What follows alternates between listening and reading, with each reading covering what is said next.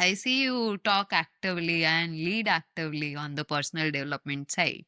So, when did you discover that it is actually a growth hacking tool? And were there any early experiments that were involved in understanding compounding effect of it?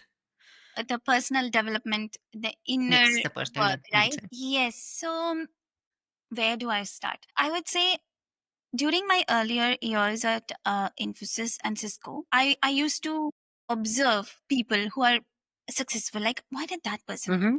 become a manager? Why did that person's career just accelerated very quickly? And then Right. I noticed that the most successful people weren't always technically smart. Yes, they would do their work, definitely, but they were not brilliant. They were not brilliant in whatever they do. They do their work, they are good, but there was something else which gave them the edge, right? And then they realized it's Yes. because they were invested in themselves. They were invested in growing themselves. And they had clarity in what they wanted. They had confidence. They had the emotional maturity which actually set them apart. So I found that it is all of these skills that made them successful. And then I also saw the compounding effect of it when I joined Oracle, because Oracle was indeed, I would say, it was an incredible experience, because Oracle focuses not just only developing you professionally in Oracle tools and products and etc., but it invests so much in developing you as a person, because they Mm-hmm. understand, like Oracle as a corporate understand, products change, platforms change, you know, people, people skills is Mm-hmm. what will differentiate you from others. So they invest a lot. Nice. I mean, a lot. I was surprised to see that they invest so much in trainings. It could be LinkedIn trainings, Harvard Business. It could be, a lot of personal development focus. And we also have not just performance appraisals. We also have something called personal development plan. Like, how are you going Mm. improve as a person, where all the Right. soft skills, the communication skills extra come in, right? And I remember my leaders, when we go for conversations, not just performance conversations, we'll have these one-on-one conversations. They won't just ask like, okay, what product did you learn, or what product skill are you building. They mostly ask, who are you becoming as a person? How are you developing yourself as a person? How are you gathering more knowledge, business knowledge, or anything, right? How are you doing that? And that shift from doing to becoming was quite transformative for me. And that's what you would see also, that my growth within Oracle was incredible because of that, because I learned, I understood how important it is. Yes, I had seen it during Infosys and Cisco years, but I've never implemented it myself. Mm. I was never a self development book person until I joined Oracle, I should Uh-huh. say, because I felt that Mm-hmm. the books asked you to be someone else. But when I Yeah. first went for this Stephen Covey's program, there is a program for 7 habits, which was sponsored by Oracle again. Yeah. And that's when I realized that not every self help book asks you to be someone else. There are self help books which asks you to work on yourself, improve yourself. So it was quite mind opening for me. And then I saw that more I invested in my inner world, my outer world Mm-hmm. started responding to it.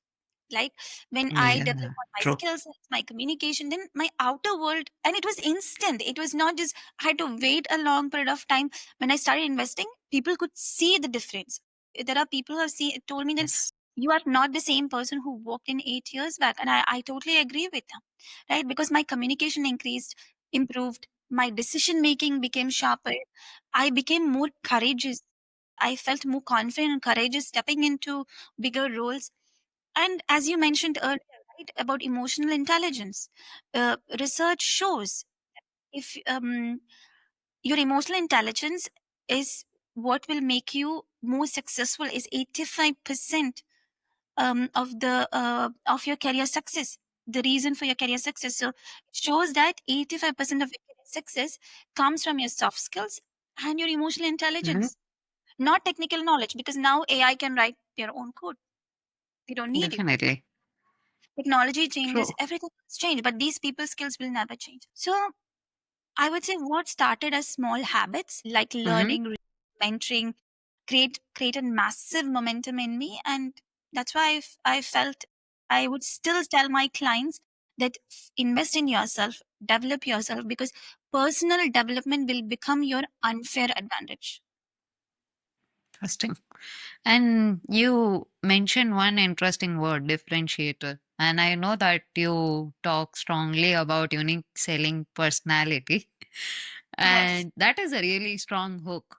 I understand that Seven Habits of Effective Leadership is one of the tools that you have leveraged. But can you give us the formula, or let's say a three-step process of discovering and pressure testing your own USP so it doesn't look like just another LinkedIn costume? Because there are, let's be frank, there are many these days, but you got to be authentic, not just to the world, but to yourself also. So, how do you make it happen? How do you create this unique selling personality, and how do you pressure test it? So when my clients used to come to me, or when I talk to people and I talk about unique selling personality, everybody used to think it's all about branding, right? As you mentioned, how do I brand Right. myself? That was all it was. But what I believe unique selling personality, and based on my experience, is that it's an intersection of who you are, what you stand for, and how you naturally lead. Like how do you naturally lead within your Mm, life?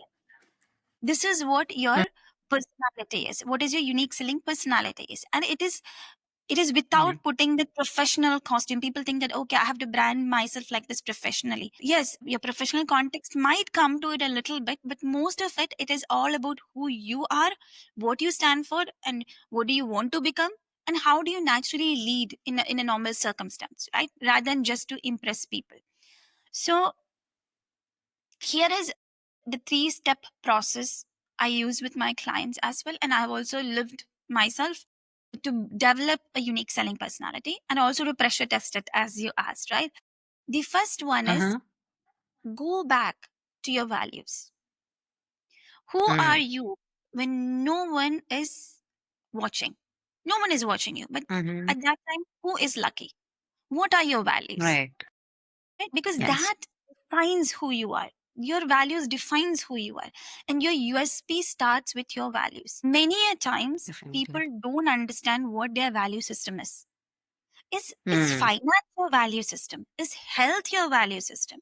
Is having a peaceful life, is that part of your value system? Having a family and being together with different people, is that a core part of your value?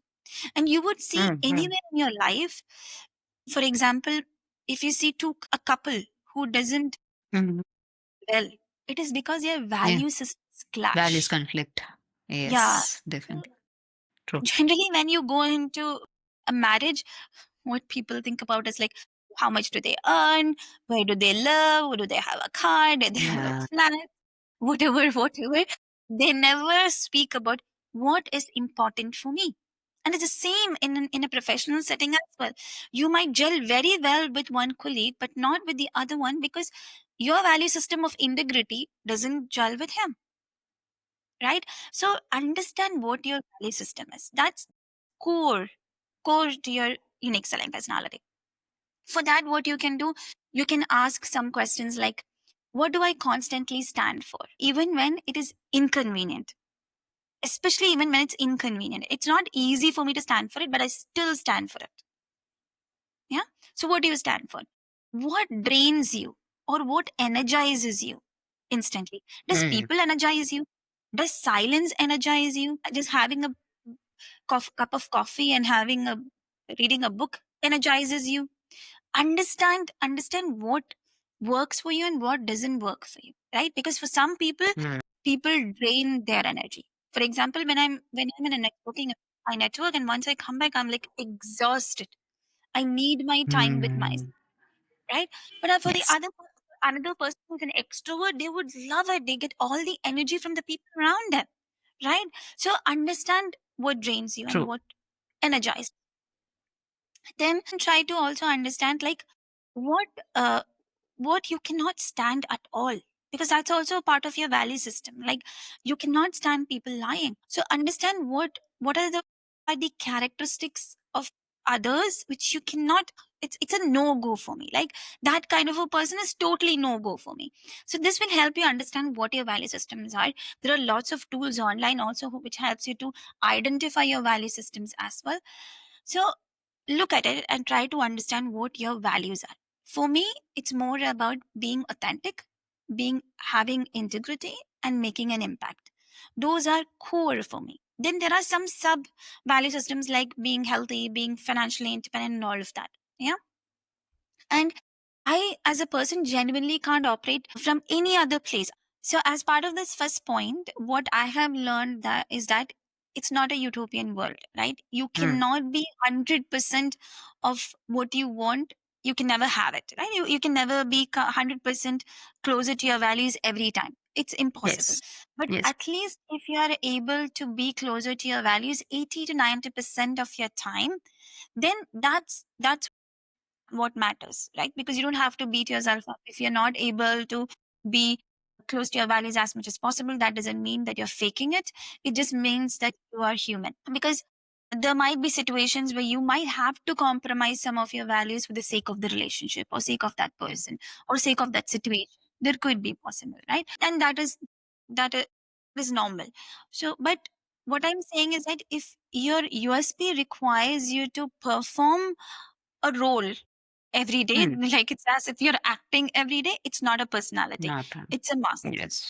So Yes. that's what the first point is all about: being true to your values, trying to understand your values and how you can understand your values. The Mm-hmm. second one is look for pattern recognition. Mm-hmm. What do I mean by that? What do people come to you for? Mm. Some people come to me for coaching or trying to understand what they can do better in their career, how can they excel as a women leader, and all of that. So Mm. that means that's how people are perceiving you, right? Because that is where Yeah. the evidence comes in. True. How to understand is that you can ask. So as part of the coaching which I do, I ask my client to talk to different people. It could Mm-hmm. be their colleagues, their managers, their cross-lob team members, cross-lob managers, anybody Mm-hmm. whom they interact with, their friends, family generally. I don't ask unless they are interested. People who actually objectively give them some response. Mm. Those are the people whom they talk to, like 10 to 15 people, and then they Mm. try to understand. We try to understand a pattern. Right. Probably you will get the keywords from it just from by listening to the conversation. And Yes. it's also a good reflection, like, okay, are you projecting yourself as the person whom you want to be projected to others? Are you Mm. staying true to your core values?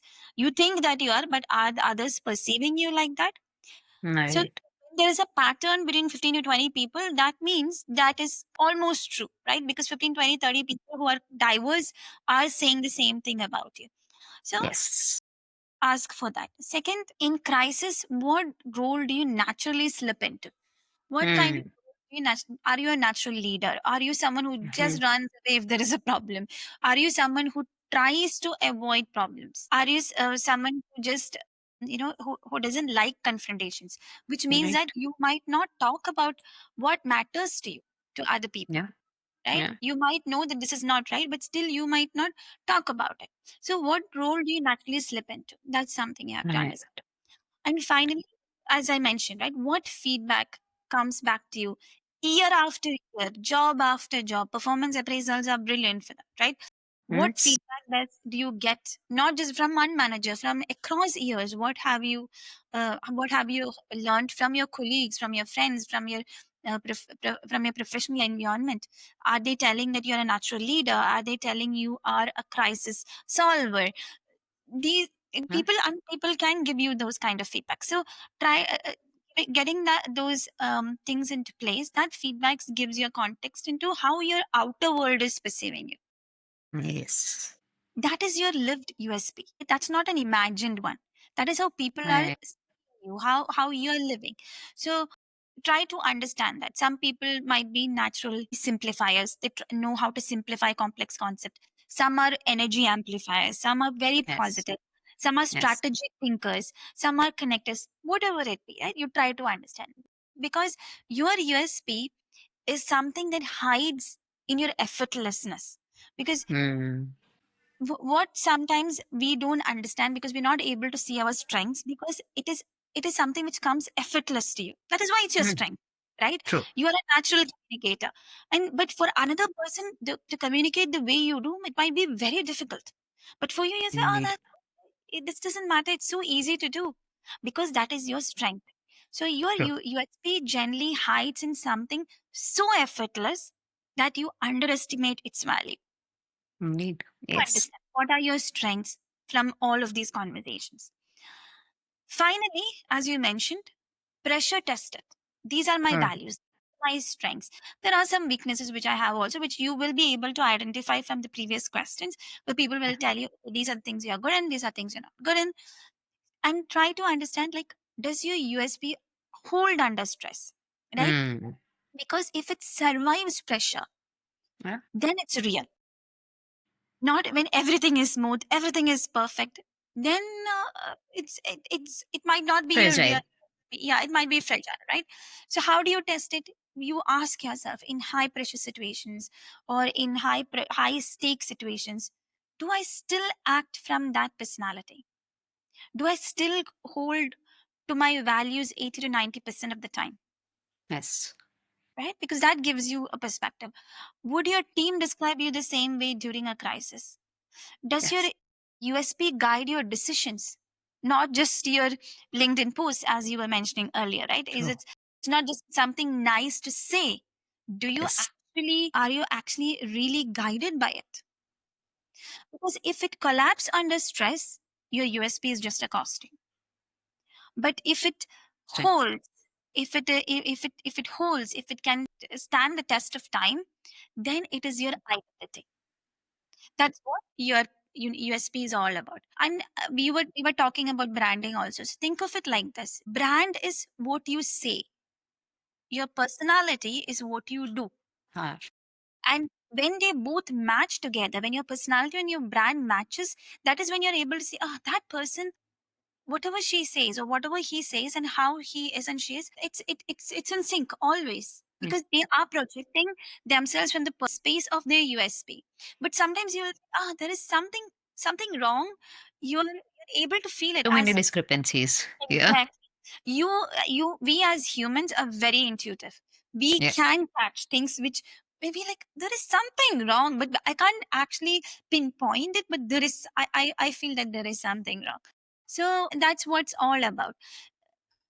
What I would say is, a part of your USB can be created, or will be can be modified, or might grow as you grow, but Hmm. majority of it is uncovered, Hmm. because that comes to the foundation of who you are. And your value systems not generally change frequently unless you have had a very strong situation, very painful situation. If a change in your character or change in your value system needs to be triggered, there should be something drastic that happens in your life. But most of the times, USP is uncovered. So that's what I would say. And the value is identifying the patterns, pressure testing it. That will help you stay authentic, stay grounded, stay consistent, online or offline. It's amazing. And I was reflecting on my own when you're talking all about it. And you said very rightly that there would be many evidences and you just have to look for it. This is my third team within Salesforce. And my previous two teams, I had such amazing, I would say, experiences, and both were very unique. One was more business oriented, and one was more business technology oriented. One incident I remember where I one of the teammates nominated me for one of the awards, and she used the word strong headed. Now, one of my core values is courage. So, at the time when she said strong headed, I was like, wow, but I don't understand how did my communication style seem strong headed, or because I lead the team in a way that may not be perceived as something which is acceptable to everyone, in the sense, okay, I'll take a stand and I'll have the data points, Now, if you want to say, okay, the team is not doing what they're supposed to do, come up to me with data points. Otherwise, I am not taking the blame on the team. And that is where she tied the dots. And when I asked her, hey, why did you use the word? And she was like, yeah, you don't just pamper us or don't just protect us for your own sake, but you have this pattern. So goes back to your point of recognizing your own patterns. And when I realized it again, was one of the colleagues in the second team was going for a better opportunity, and I did not manage this team, product management manager, so technically nobody reports. But he said this very meaningful thing that, hey, I'm leaving, but I wanted you to know that I told the team uh, that you have one of the strong leaders by your side, and you are lucky to have someone who is willing to bring the change. So that is something that you should value, because you don't get the product owners or product managers like that often.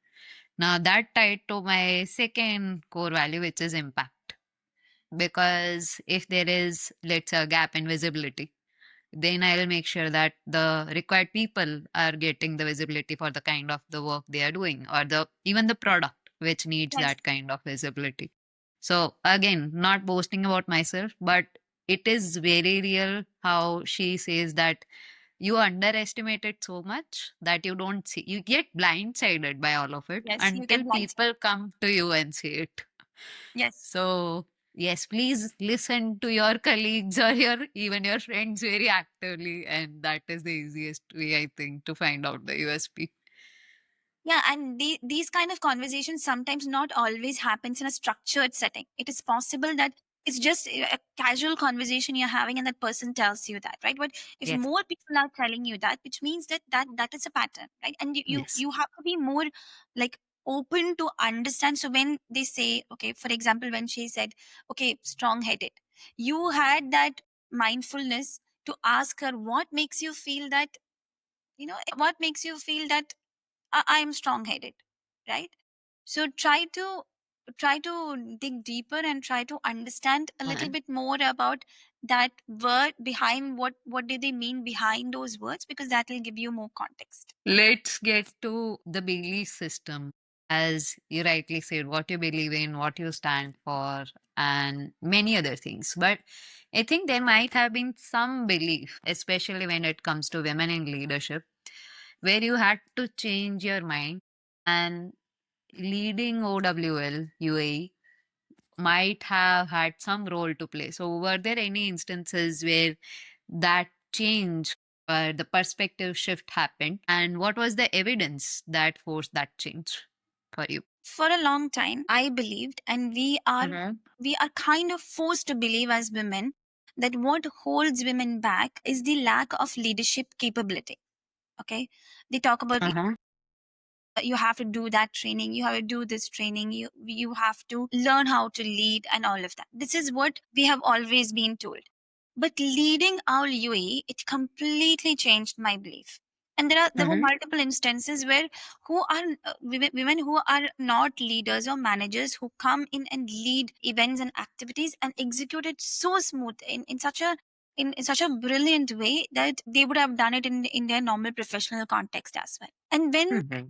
what I discovered working with all of these women, we have worked with more than 100 plus women, internal and external to Oracle, not just internal to Oracle. We have worked with the entrepreneurs of the Bible Women Council as part of a program called Saidati. And I should say, Lucky, I was literally mind Uh-huh. blown by their entrepreneurial spirit, their Mm-hmm. AI skill set, their understanding of the technology and understanding of business. I was literally Mm-hmm. right. So Uh-huh. that made me realize that skill set is rarely the issue. It is mainly the visibility and sponsorship. So at least Mm-hmm. the women who are, if you're saying the skill set is the issue, at least the women who are skilled, they should be getting the opportunity. True. True. Even those women are not, because of the visibility and sponsorship issues. Mm-hmm. Every woman I have seen, not even women, even men, I have seen who step into leadership role had always one Mm-hmm. thing in common. Someone, a man or a woman, believed in her spoke her name in in rooms where she wasn't in, and vouched for her potential.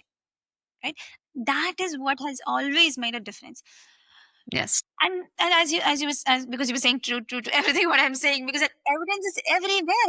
It's true. It's true in every context, right? It's true. Yeah. Because we ran programs where women who had the exact same talent suddenly accelerated only because they got exposure, they got visibility, and they had a champion in leadership.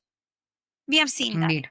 Also, Yes. research supports what we are saying. Like uh, women are 54% are less likely, 54% Mm-hmm. less likely to have Mm-hmm. sponsor compared to Mm. male peers, because generally we don't ask to be sponsored. Yes.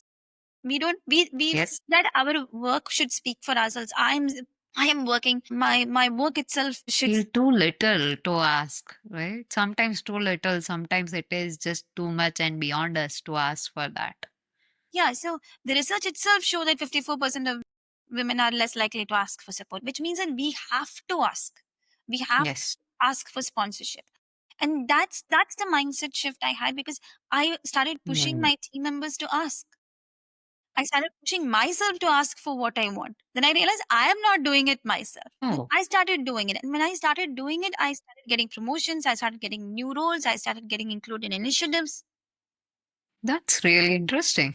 Yes. So that's what women wait to be noticed. You don't have to wait. Men advocate for themselves. Right. Advocate for yourself. Declare your ambition. Declaring your ambition is not arrogance. You are staying true to what you want. You don't have to be aggressive, but be clear. This Yes. is what I want. If you can give me, good enough. If you can't, I will find my own way. And when you start Yes. declaring what you want, when you start asking for what you want, it gives you a renewed sense of confidence. Indeed. Because people pleasing is never a career strategy. Not going to work. It's not going to work. But your clarity, because even for other people to help you, they need to understand what do you want. Yes. Let's give the benefit of doubt. They don't understand what do you want unless you tell them. They can't anticipate because you're working overtime, you're working so hard, you need a leadership role. No, they don't. Yeah, if they Why should I bother if you don't care for your own career? exactly. So take ownership of your life, take ownership of your career, ask for what you want. And sometimes all that takes is an ask. So for example, recently one of my friends at Oracle, she was saying that, I am in such a big individual contributor role, but my title doesn't match it and all of that. She was upset Mm. about it. I Okay. Have you ever asked your manager to correct it? Mm. She said no. I told her, then ask. See, when you ask, maximum what would you lose? Okay, probably you would not get it. Yeah, That's not. Yeah. what if you get? And she Yes. got it. She got it in less than 3 months. When they were reorganizing, which happens very frequently at Oracle, they changed her. Same here. So that's what. So it's sometimes it's that simple. When she had that conversation, she realized that her manager did not think of it like that. And when she Mm. voiced it, he said, "Ah, that's true. I should change it." Because people don't see whether you are IC5 or IC6 or whatever it is. They see your title, whether you're senior VP, whether you're regional director, right? That's what they Yep. see. And they kind of start Definitely. judging you, and they start taking you more seriously or less seriously based on your title. Based on the titles. Yes. Oracle Women Leadership showed me that when women speak up and leaders amplify them, careers completely transform. It's amazing. And you know how I reposted one of your posts where, and I love your podcasts, and those are like, okay, I got the gist of it in such a short time frame, but it was so precise. And I remember the post that I reshared, and the person I tagged is actually one of the sponsors because of whom I got my first promotion of my professional life. And that was, again, this is a story which I think I'll reveal a bit. It was a room full of 10 people, one with very high authority, may or may not have agreed to that promotion. Hmm. But because I had that kind of manager who was more of a sponsor and who Yes. believed in me, That is where I got that opportunity. I got promoted, and it was not an easy path because you're talking about management courses, right? So I was in different ways not officially told, okay, we have people from top three IIMs. Why should we consider you for business analyst role? Or you don't have any industrial experience. And my point was, but I brought good revenue for this company and we have evidences. So yes, I did feel a little hesitant while advocating for myself, but he was observing all of this when I was bringing these points. And at that time, I didn't ask him to be my sponsor. But since that happened, since I got to know that in room full of 10 decision makers, he advocated for me.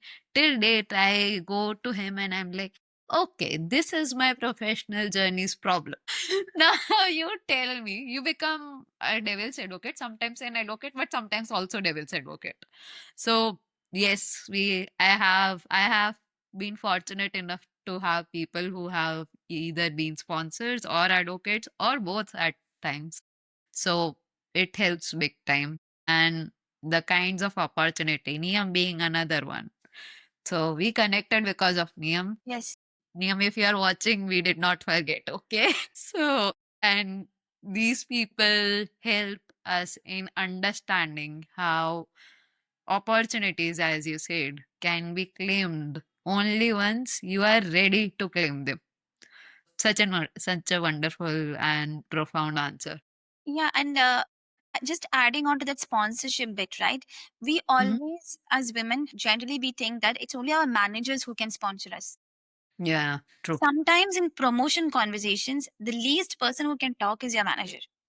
Because when he keeps advocating for you, if he is the only, he or she is the Only one. only person who is advocating for yourself, True. it never works. You need, Yes. there is an entire set of room, probably cross log, other departments, etc. Their heads are sitting there, and if they say, Yeah. I agree with him, we need to promote Yes. her," that's Yes. when it happens, right? So it's exact again coming back to the point that why you should network, why you should build your brand within your organization. Because Yes. if you're only confined to your team and if you only do your work and that's it, you'll not be able to build your brand. There is True. a limit to which your manager can vouch for. Manager can. Beyond that Yes. you have Yes. to do it. Yeah. Yes, I'll just add on to the example so that audience doesn't get any wrong message.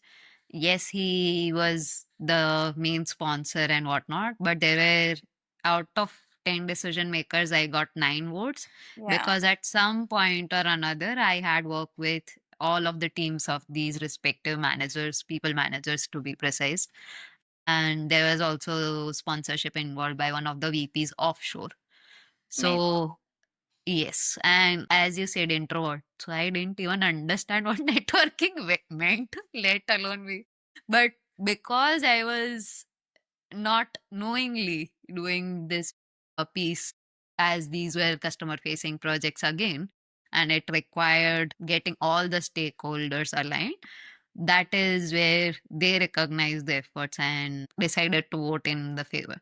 So, networking, building the brand, definitely it helps big time. And sometimes, let me ask you this question because when I tell my friends, mainly professional friends, about this, it also has this negative connotation of being a marketing tactic. So I've heard it for myself as well. In fact, when I was starting this podcast, I have heard that ladki hai dekhi, log dekhenge. Hmm. Like, and for the foreign viewers, it is like because she is a lady, people will watch the podcast, or because she has a pretty face, people will watch the podcast. Now, I am not saying that there doesn't exist the concept of pretty privilege or female privilege. I'm not denying that. But there is hesitation tied to promoting your brand or even thinking about your brand strategy because of such things. So, how can one overcome those, I would say, fears?